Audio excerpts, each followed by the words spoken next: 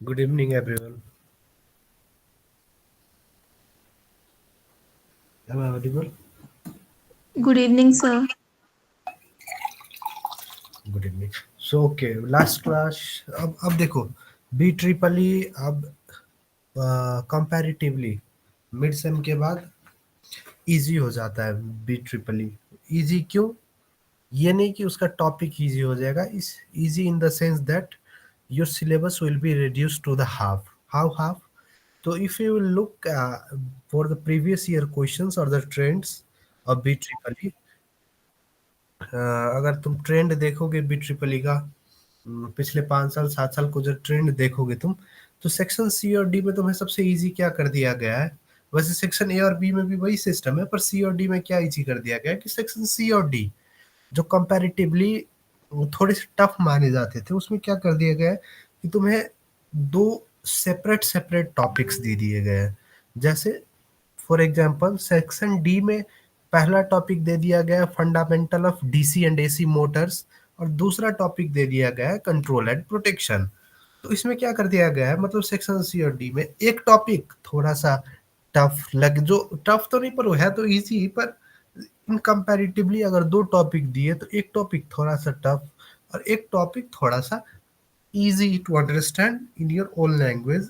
अच्छे से समझ भी जाओगे, अपनी लैंग्वेज में लिख भी पाओगे, ऐसा कर दिया गया है। तो इससे क्या हो गया कि देखो, तुम्हें दो क्वेश्चन जो करने होंगे कोई एक सेक्शन से, या तो तुम सेक्शन ए से करना या तो सेक्शन बी। सी और डी में हाथ मत लगाना दोनों क्वेश्चन करने के लिए, क्योंकि सेक्शन ए और बी आंख बंद करके full out of full marks मिलेंगे सेक्शन ए और बी से। तो दो क्वेश्चन तो तुम्हारे सेक्शन ए बी से हो गए, एक क्वेश्चन, और बाकी तीन क्वेश्चन रहा जो तीन सेक्शन से एक एक करना है। तो सेक्शन डी और सेक्शन सी अगर अगर बी ट्रिपल या स्टिल किसी को टफ लग रहा हो, या टाइम अगर मैनेज ना हो, या फिर भी अच्छे से पढ़ना हो, तो मेरे हिसाब से जिस हिसाब से मैंने पढ़ा था, या फिर भी जो पूरा सिलेबस कर रहा है उसके लिए तो ओके, वेरी गुड। नहीं तो इसके पढ़ने का टेक्निक ये है कि तुम एक एक टॉपिक उठाओ सेक्शन सी और डी से, या तो फर्स्ट टॉपिक पढ़ो या तो सेकंड टॉपिक पढ़ो, और उसको अच्छे से पढ़ो, ताकि 16 मार्क्स तुम्हें कहीं भी नहीं जा रहा। तो एक सेक्शन से तो एक ही क्वेश्चन करना है, तो सेक्शन मानो सेक्शन डी से दो क्वेश्चन आएंगे, तो एक क्वेश्चन मोटर्स पे आ जाएगा, एक क्वेश्चन आएगा कंट्रोल एंड प्रोटेक्शन पे। तो ऐसा होगा, तो तुमने अगर मोटर्स अच्छे से पढ़ा है तो मोटर्स में से क्वेश्चन करो। अगर तुमने कंट्रोल एंड प्रोटेक्शन से अच्छे से पढ़ा है तो उससे क्वेश्चन करो, कोई एक क्वेश्चन करना होगा, क्योंकि दो क्वेश्चन तो तुमने ऊपर सेक्शन ए या बी से कर लेना है। सो सेक्शन डी में से first we will cover section C और डी, दोनों का पहले हम एक एक टॉपिक कवर करेंगे जो इजी भी है और जो तुम इजीली कर भी पाओगे, सो दैट 16 into 2 32 मार्क्स तुम्हारे कहीं पे नहीं जा रहे। और ऊपर तो बाकी 48 मार्क्स का तो कोई बात ही नहीं रहा सेक्शन ए बी से।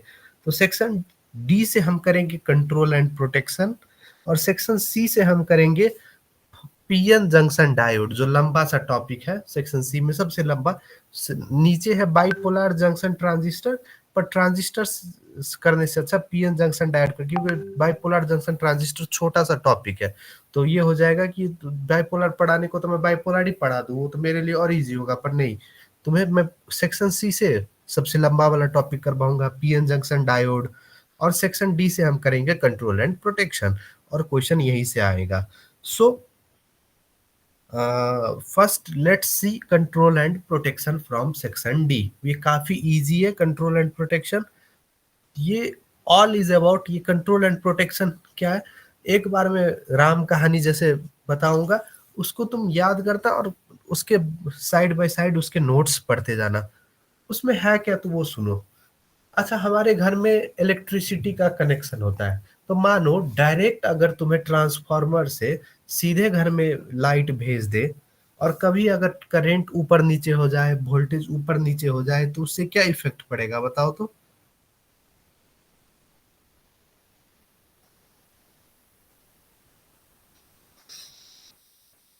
बताओ।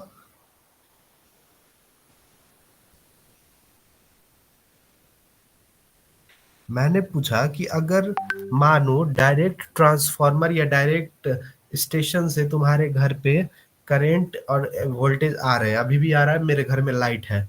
मानो अगर कभी वो वोल्टेज बहुत ऊपर या बहुत नीचे हो गया, या करंट कभी बहुत ज्यादा फ्लो हो गया, तो उससे क्या होगा, घर पे क्या असर पड़ेगा?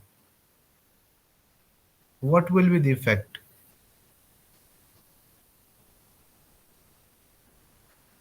अप्लायंसेस फ्यूज हो जाएंगे, उनकी लिमिट से ज्यादा करंट उनमें फ्लो करेगा तो, वेरी गुड। और पावर लॉस अगर भी ज्यादा होगा। अगर मेरी कैपेसिटी से ज्यादा अगर मैंने खा लिया तो ऑफ कोर्स मैं बीमार पड़ जाऊंगा। तो सेम, अगर वोल्टेज या करंट ज्यादा फ्लक्चुएट होने लगे और हमारे पास कुछ ऐसा मैकेनिज्म नहीं है जिससे हम उसको कंट्रोल कर पाए, तो ऑफ कोर्स हमारे घर में जितना हमने अप्लायंसेस लगाया है, टीवी, फ्रिज, वॉशिंग मशीन, सब कुछ बिगड़ जाएगा।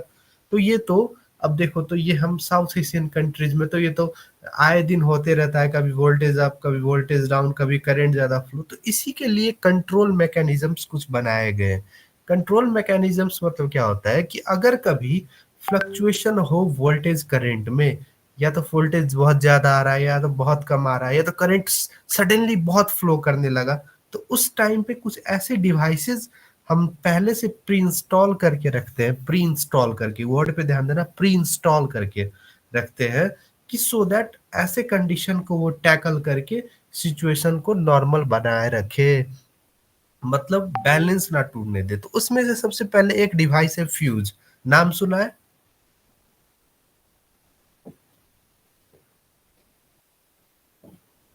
नाम सुना है या नहीं?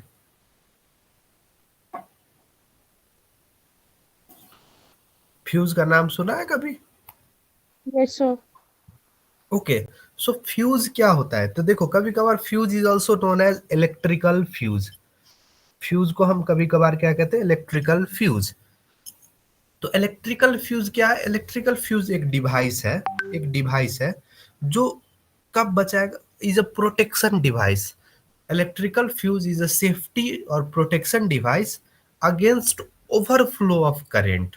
जब करंट ओवरफ्लो होने लगे, तो इलेक्ट्रिकल फ्यूज उस वक्त प्रोटेक्शन में मदद करेगा। तो इलेक्ट्रिकल फ्यूज में क्या होता है, देखो, होता क्या, ये एक डिवाइस है, तुमने देखा होगा अपने स्विच बोर्ड्स वगैरह में लगे होंगे फ्यूज, बाहर मीटर में लगा होगा फ्यूज। तो क्या होता है, जब ओवरफ्लो होने लगे तो हम बोलते हैं ना कि फ्यूज उड़ गया, मतलब वो उसने क्या किया, शॉर्ट सर्किट होने से बचा लिया।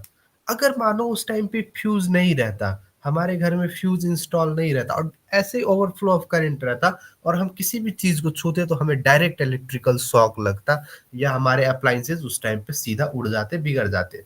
तो फ्यूज क्या काम करता है कि जब करंट का ओवरफ्लो होने लगे, जब करंट का ओवरफ्लो होने लगे, तो उस टाइम पे वो एक दीवार बन के खड़ा रहता है। Fuse as a protection device के रूप में खड़ा रहता है, कि करंट ओवरफ्लो होने के बाद भी मैं क्या करूंगा, शॉर्ट सर्किट नहीं होने दूंगा। That is the basic use of a fuse. ठीक है। अब देखो, फ्यूज का प्रिंसिपल क्या है, फ्यूज काम कैसे करता है। तो देखो, तो फ्यूज का काम क्या था कि इलेक्ट्रिकल इक्विपमेंट हमारे जितने भी इंस्टॉल्ड है, वॉशिंग मशीन, फ्रिज, इसको क्या करेंगे, एक्सेसिव करंट से बचाएंगे हम। एक्सेसिव करंट अगर हो तो ऐसे टाइम पे इक्विपमेंट को हम बचाएंगे, शॉर्ट सर्किट को नहीं होने देंगे। या अगर लोड कभी भी ज्यादा हो जाए, मानो अगर हमारा लोड लेने का कैपेसिटी 220 वोल्ट है और लोड अगर 500 वोल्ट हो जाए, तो ऐसे लोड को कहते हैं मिसमैच्ड लोड्स। तो ऐसे टाइम पे फ्यूज काम करता है। तो बेसिकली फ्यूज क्या होता है, फ्यूज में एक वायर रहता है। तुम लोग अगर कभी फ्यूज, अब देखो, ये जो सेक्शन डी का जो सेकंड पार्ट पढ़ा रहा हूँ, वो सारी तुम्हारे घर में प्री इंस्टॉल्ड चीज है। तो कभी इसको खोल के देखना। फ्यूज जब तुम खोलोगे तो उसके अंदर एक मेटेलिक वायर रहता है, मेटेलिक स्ट्रिप कहते हैं या हम मेटेलिक वायर कहते हैं। जो क्या होता है, जो बंधा रहता है। देखा है कभी फ्यूज खोल के कैसा होता है, मेटेलिक वायर रहता है ना, देखा है? Have you ever seen? No sir. No. So metallic, जब तुम फ्यूज खोलोगे तो उस टाइम ये वहां पे देखोगे एक मेटालिक वायर बंधा हुआ रहेगा। और जब ओवरफ्लो होगा ना करंट का, ओवरफ्लो जब होने लगेगा तो वो मेटेलिक वायर जो होता है, वो जो मेटेलिक वायर होता है वो क्या हो जाएगा, मेल्ट कर जाएगा। जैसे ही उससे एक्सेस करंट फ्लो होगा वो मेटेलिक वायर मेल्ट कर जाएगा, जिसकी वजह से तुम्हारे घर में शॉर्ट सर्किट नहीं होगा। That is the use of a fuse. अब देखो फ्यूज का फंक्शन क्या क्या है, तो देखो मैं कुछ फंक्शंस बता देता हूँ। फंक्शन होते हैं एक ह्यूमन बॉडी और इलेक्ट्रिकल सर्किट के बीच में बैरियर के रूप में काम करता है। अब मानो मैं डायरेक्ट स्विच बोर्ड को या डायरेक्ट कहीं भी छूने लगूं विदाउट फ्यूज, और उसमें अगर ओवर करंट हो तो वो तो मुझे शॉक मार देगा। तो वो बैरियर के बीच में काम करता है, किस किस के बीच में, एक हमारा और एक इलेक्ट्रिकल सर्किट के बीच में। दूसरा ओवरफ्लो ऑफ करंट होने से बचाएगा। तीसरा शॉर्ट सर्किट होने से बचाएगा। चौथा मिसमैच्ड लोड से बचाएगा। और और एक अगर तुम्हें यूज लिखना हो तो क्या लिख सकोगे कि इलेक्ट्रिकल इक्विपमेंट को फेलुअर होने से बचाएगा। That is the basic functions of a fuse.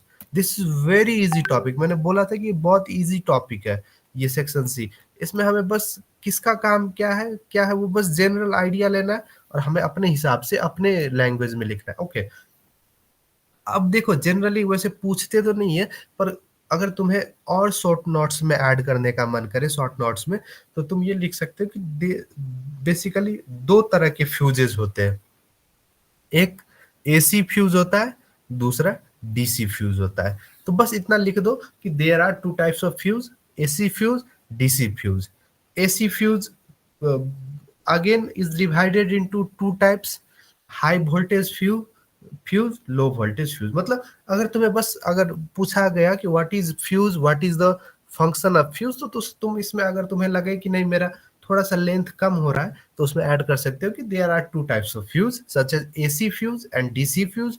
Again AC fuse is divided into two parts, low voltage fuse and high voltage fuse. इतना लिख दोगे तो that will be more than sufficient. अब देखो मैंने तभी तुम्हें शायद वर्किंग प्रिंसिपल बताया कि क्या होगा। नॉर्मल कंडीशन में जो फ्यूज का वायर है उसमें से कुछ करंट फ्लो होता रहेगा, कोई टेंशन नहीं होगा, उस वायर में कोई भी इफेक्ट नहीं पड़ेगा। पर जैसे ही एक्सेस करंट फ्लो होने लगेगा जो फ्यूज के वायर से, जब हमारे घर में एक्सेस करंट आने लगेगा तो वो करंट तो फ्यूज के वायर से भी सर्कुलेट होगा। तो फ्यूज का वायर समझ जाएगा कि ओह अब तो एक्सेस करंट फ्लो होने लगा। तो जैसे एक्सेस करंट फ्लो होने लगेगा वो हीट करने लगेगा वायर। वायर में एक हीटिंग कंडीशन देखोगे तुम, हीटिंग इफेक्ट, जिसकी वजह से वायर मेल्ट कर जाएगा। जैसे वायर मेल्ट कर गया तुम्हारे घर का पावर तभी ऑफ हो जाएगा। In this way the fuse works. General principle है फ्यूज का क्या, एक फ्यूज है, फ्यूज में एक वायर है मेटल का। नॉर्मल कंडीशन में कोई भी फर्क नहीं पड़ेगा, एक्सेस करंट होने लगेगा तो क्या होगा, उस वायर में हीटिंग इफेक्ट देखोगे जिसकी वजह से वो मेल्ट कर जाएगा। फ्यूज का काम क्या क्या है हमने समझ लिया अच्छे से कि ये हमारे बीच में बैरियर का काम करेगा। उसके बाद ये इलेक्ट्रिकल इक्विपमेंट को बचाएगा, शॉर्ट सर्किट होने से बचाएगा, मिसमैच्ड लोड से बचाएगा। ये सारे functions of fuse. So am I clear about the fuse? Yes, sir. So that is very easy.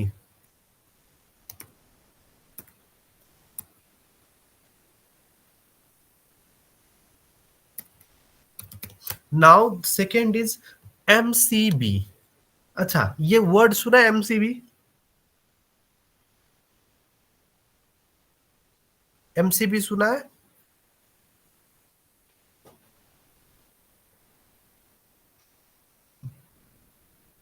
Guys, have you heard the word MCB?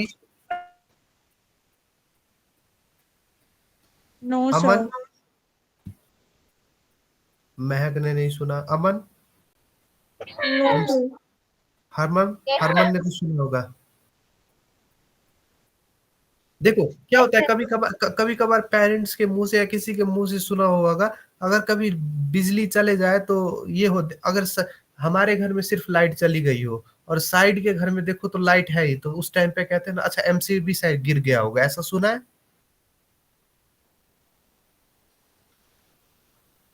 ऐसे जनरल प्रैक्टिस में वर्ड्स बोलते हैं कि एमसीबी गिर गया इसलिए हमारे घर में लाइट नहीं है, एमसीबी डाउन हो गया इसलिए हमारे घर में लाइट नहीं है। तो मतलब ये एमसीबी है क्या? अभी तक तो ये तो सब बच्चे बच्चे मतलब पेरेंट्स भी, जिसको बी ट्रिपल ई का नॉलेज नहीं है, वो भी ये वर्ड यूज करते हैं कि एमसीबी गिर गया। पर हमें इसके बारे में थोड़ा सा पढ़ना है कि एमसीबी है क्या, ये गिरता क्यों है, मतलब इसका काम क्या है। तो फर्स्ट, एमसीबी का फुल फॉर्म क्या है वो सुनो। एमसीबी मतलब तीन वर्ड से, M C and B. MCB stands for miniature circuit breaker. MCB stands for miniature circuit breaker. अच्छा, जब भी हम कोई इलेक्ट्रिक अप्लायंसेज या डिवाइस खरीदते हैं बाजार से, या मानो मैंने आज वो टीवी खरीदा, तो सबसे पहले मेरे दिमाग में क्या रहेगा कि मेरा टीवी सेफ रहो। मैं तो ये सोच के नहीं टीवी खरीदूंगा कि आज घर में टीवी ले जाऊं और करंट इतना ज्यादा फ्लो हो जाए कि मेरा टीवी ही उड़ जाए, मैं तो ये कभी सोच के नहीं जाऊंगा। तो मैं टीवी अपने घर में लगाने से पहले ये जरूर चेक करूंगा कि मेरा घर जो है, जहाँ पे मेरी लाइट आती है, मेरा सप्लाई है, क्या मेरा घर सेफ है टीवी लगाने के लिए। टीवी लगाने के बाद मेरे टीवी पे कोई असर तो नहीं पड़ेगा।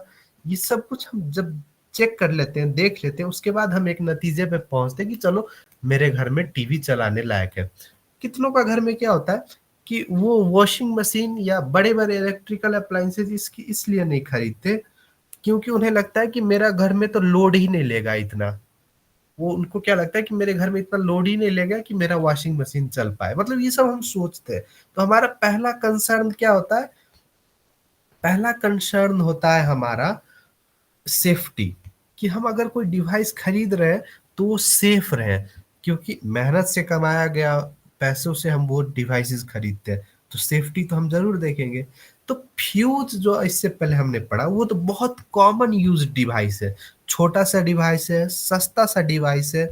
और वो क्या करता है, फ्यूज का काम क्या रहता है, फ्यूज क्या करता है कि अगर ओवरफ्लो ऑफ करंट हो जाए तो वो पिघल जाता है, उसका वायर जो है मेल्ट हो जाता है, जिससे जिसकी वजह से करंट फ्लो बंद हो जाता है। इस तरह से हमें बचाता है फ्यूज। पर अब फ्यूज पहले के जमाने में काफी यूज होता था, अभी भी यूज होता है, ऐसा नहीं है कि फ्यूज अभी भी यूज नहीं होता, होता है। पर फ्यूज को एक एडवांस डिवाइस ने, एक छोटे से डिवाइस ने और एक एडवांस डिवाइस ने रिप्लेस कर दिया, जिसको हम कहते हैं एमसीबी, मिनिएचर सर्किट ब्रेकर। अच्छा, इससे कुछ पता चल रहा है, मिनिएचर सर्किट ब्रेकर से सबको आइडिया लग रहा है कि अगर करंट ओवरफ्लो होने लगे तो सर्किट ब्रेक हो जाएगा, जिसकी वजह से करंट बंद हो जाएगा और हमारा डिवाइस सेफ हो जाएगा। इतना समझ आ रहा है? Yes sir. गुड। अगर इतना समझ आ रहा है तो अब थोड़ा सा एमसीबी के बारे में भी पढ़ लेते हैं।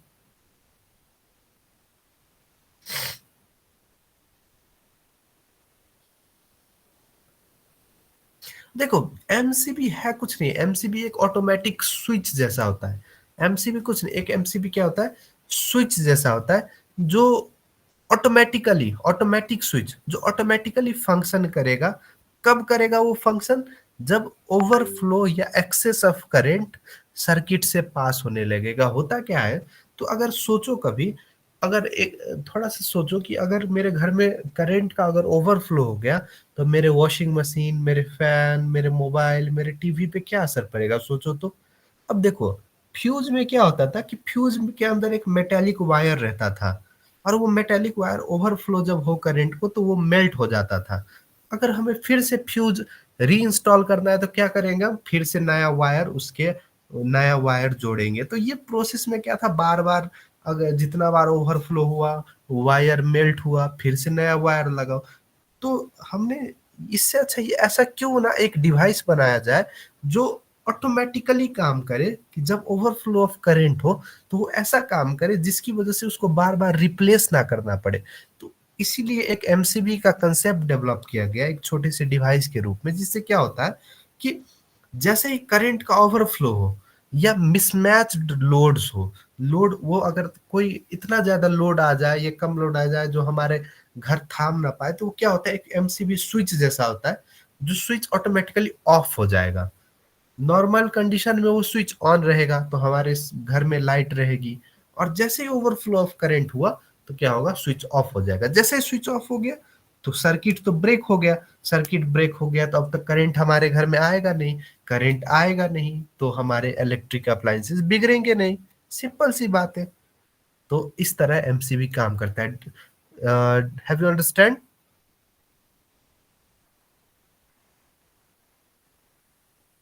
Yes, sir. ओके, नाउ जैसे हमने पढ़ा कि फ्यूज दो टाइप के होते हैं, एसी डीसी, वैसे ही जो एमसीबी होते हैं वो जनरली 6 टाइप के होते हैं, 6 type of MCB. A type, B type, C type, D type, K type and Z type. A B C D K Z, F मत फिर पढ़ लेना, A B C D K Z. अब देखो A B C D K, A B C D K Z में क्या होता है, मैं थोड़ा थोड़ा सा बता देता हूँ, ये नॉर्मल सी बातें तुम लिख भी सकते हो। जैसे ए टाइप एमसीबी क्या करता है, मानो हमारा सर्किट, 1 मिनट के लिए मानो हमारा सर्किट 10 एम्पियर करंट तक लोड ले पाएगा। मानो 10 एम्पियर करंट तक 1 मिनट के लिए, मानो कि हमारे सर्किट में अगर 10 एम्पियर करंट फ्लो हो रहा है तो कोई दिक्कत नहीं है, नॉर्मल फ्लो हो रहा है भाई हमारा, ये सोचेंगे हम। मानो रेटिंग है 10 एम्पियर, कि 10 एम्पियर में हमारा सारा इलेक्ट्रिक अप्लायंसेस जो है वो नॉर्मली वर्क कर रहा है, किसी पे कोई गड़बड़ नहीं है। अगर मानो वो 10 एम्पियर करंट बढ़ के 2 या 3 टाइम्स ज्यादा हो जाए, 20 एम्पियर या 30 एम्पियर हो जाए, तो वैसे टाइम पे ए टाइप एमसीबी काम आता है। ए टाइप एमसीबी क्या होता है कि जितना करंट नॉर्मली लोड ले सकता है, अगर उससे 2 या 3 गुना ज्यादा अगर करंट बढ़ जाए, तो in that time A type MCB is good for use. मतलब करंट जितना हो उससे 2-3 गुना एक्स्ट्रा अगर करंट आने लगे तो ए टाइप। बी टाइप 3 से 5 गुना ज्यादा आने लगे तो बी टाइप। 5 से 10 गुना ज्यादा आने लगे तो सी टाइप। 10 से 20 गुना ज्यादा आने लगे तो डी टाइप। और उससे ऊपर आने लगे तो के टाइप, जेड टाइप होते हैं। तो मतलब ये जनरली कंसेप्ट में था कि ए B C D K Z 6 type के होते हैं। तो अगर 10 एम्पियर करंट पे नॉर्मली फ्लो हो रहा है, मतलब रेटिंग ऑफ करंट से अगर 2 या 3 गुना ज्यादा करंट आने लगे तो ए, 3 या 5 आने लगे तो बी, 5 या 10 आने लगे, ऐसे मतलब ए बी सी डी ऐसे होते हैं। तो this were the types of MCB. Principle तो मैंने तुम्हें पढ़ा ही दिया कि एमसीबी कैसे काम करता है। क्या होगा, वो ऑटोमेटिकली स्विच ऑफ हो जाएगा, जिसकी वजह से सर्किट ब्रेक हो जाएगा। अब एमसीबी का यूज कहाँ पे होगा, सेम जो फ्यूज का काम क्या था, सेफ्टी डिवाइस है ये। दूसरा इंडस्ट्री में भी यूज होते फ्यूज। देखो फ्यूज जो है वो एमसीबी में यूज नहीं होता, क्योंकि बार बार इंडस्ट्री में अगर ओवरफ्लो होने लगे तो बार बार इतना टाइम थोड़ी कि मैं वो वायर ही चेंज करते जाऊं, ऐसा नहीं होता। तो पहला यूज कि it is more efficient than fuse. Second use, it is a safety device. Third, it is used for both industry and domestic purpose.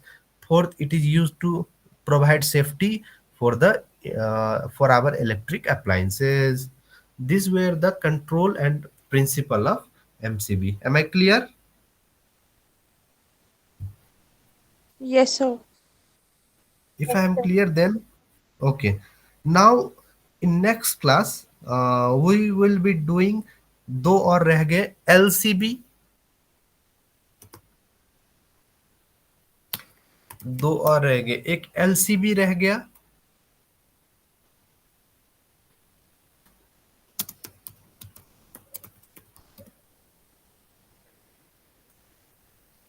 एक मिनट, एलसीबी।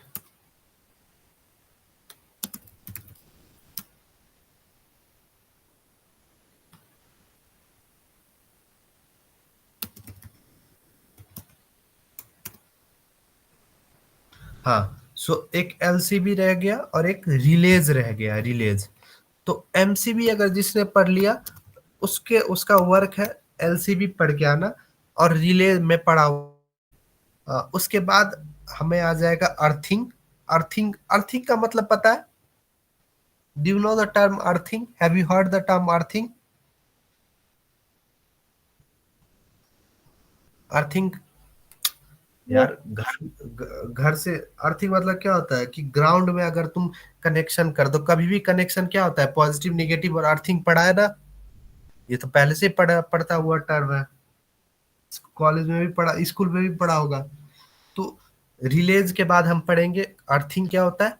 अर्थिंग का काम क्या होता है, उसके बाद हम लास्ट टॉपिक रह जाएगा केबल्स। दो टाइप के केबल होते हैं, low tension cable, high tension cable. High tension cable मतलब देखा होगा कि रोड पे तुम जब हाईवे पे चल रहे होगे तो मोटे मोटे वायर्स जो ट्रांसफार्मर से ट्रांसफार्मर कनेक्ट हुए रहेंगे, बहुत मोटे वायर्स रहते हैं, उसको कहते हैं high tension cable. High tension cable में काफी ज्यादा वोल्टेज पे करंट फ्लो हो रहा है, अगर उसको एक बार छू लोगे अगर उस नंगे तार को, तो हड्डी भी नहीं मिलेगी। तो हाई टेंशन और लो टेंशन, लो टेंशन केबल मतलब घर में जो यूज होते हैं। तो दो टाइप के केबल हम पढ़ेंगे। अभी हमें रह गया एक रिले पढ़ना, एक अर्थिंग क्या होता है और अर्थिंग का काम क्या है, और दूसरा केबल्स क्या होते हैं, और लो टेंशन केबल और हाई टेंशन केबल के बीच में डिफरेंस क्या है। इतने पढ़ने के बाद सेक्शन डी का जो ये पार्ट जिसे 16 मार्क्स का क्वेश्चन आएगा, we will be covering that in next class. ये बहुत इजी है, इसलिए मैंने बोला कि ये काफी इजी है, इसलिए चिल होके पढ़ो, कोई टेंशन नहीं है। उसके बाद will move to section C. Section C और प्रैक्टिकल्स। प्रैक्टिकल में सबसे ज्यादा इसी से क्वेश्चन पूछते हैं, सेक्शन सी से, इसलिए प्रैक्टिकल अच्छे से करना। और सेक्शन सी का जो पीएन जंक्शन डायोड है वो सारे प्रैक्टिकल्स में तुम्हें करवाएंगे, सारे के सारे, एक दो डायोड छोड़ के बाकी सारे करवाएंगे, इसलिए प्रैक्टिकल्स ध्यान से देना। और प्रैक्टिकल कॉपी जो है वो सबमिट करने से पहले उसका फोटो ले लेना, क्योंकि उसमें वो सारे टॉपिक्स है जो तुम्हें पढ़ने होंगे, और प्रैक्टिकल फाइल में से भी लिख सकते हो जो लिखा है उसमें। इसलिए kindly do your practical very carefully to understand section C, क्योंकि मैं तो पढ़ाऊंगा सेक्शन सी, पर तुम वहां लैब में रियल में देख रहे होगी कि अच्छा काम ऐसे ऐसे करता है, विजुअलाइज करने में काम आएगा तुम्हें। इसलिए सेक्शन सी विजुअलाइज करने के लिए प्रैक्टिकल अच्छे से करना। बाकी in next class we will be having on Thursday, not tomorrow. Tomorrow नहीं, कल, अच्छा कल क्लास है क्या तुम लोगों का यूनिवर्सिटी में? Yes, sir. Okay, the next class on Thursday, Friday, and Saturday. Sunday tak, I think for 5 to 6 lectures will be enough for us for covering section C and D, and then हम थोड़े से past questions देखेंगे and we will be concluding our BTRIPL. Okay, for today, thank you class. हाँ जी, text क्या क्या बोला हरमन?